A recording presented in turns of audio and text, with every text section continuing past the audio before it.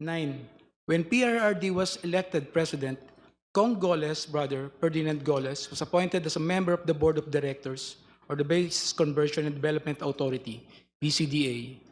On the other hand, PRRD directed me to serve as a counterintelligence agent for the National Security Council.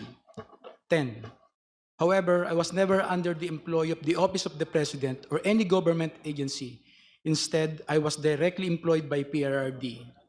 I received my salary from a certain Canlas, a PNP officer, previously from Davao, at the start of every month in the amount of 100,000 pesos to 150,000 pesos in cash. 11. As part of my duties, PRRD specifically instructed me to monitor, operate, and sabotage former Senator Trillanes.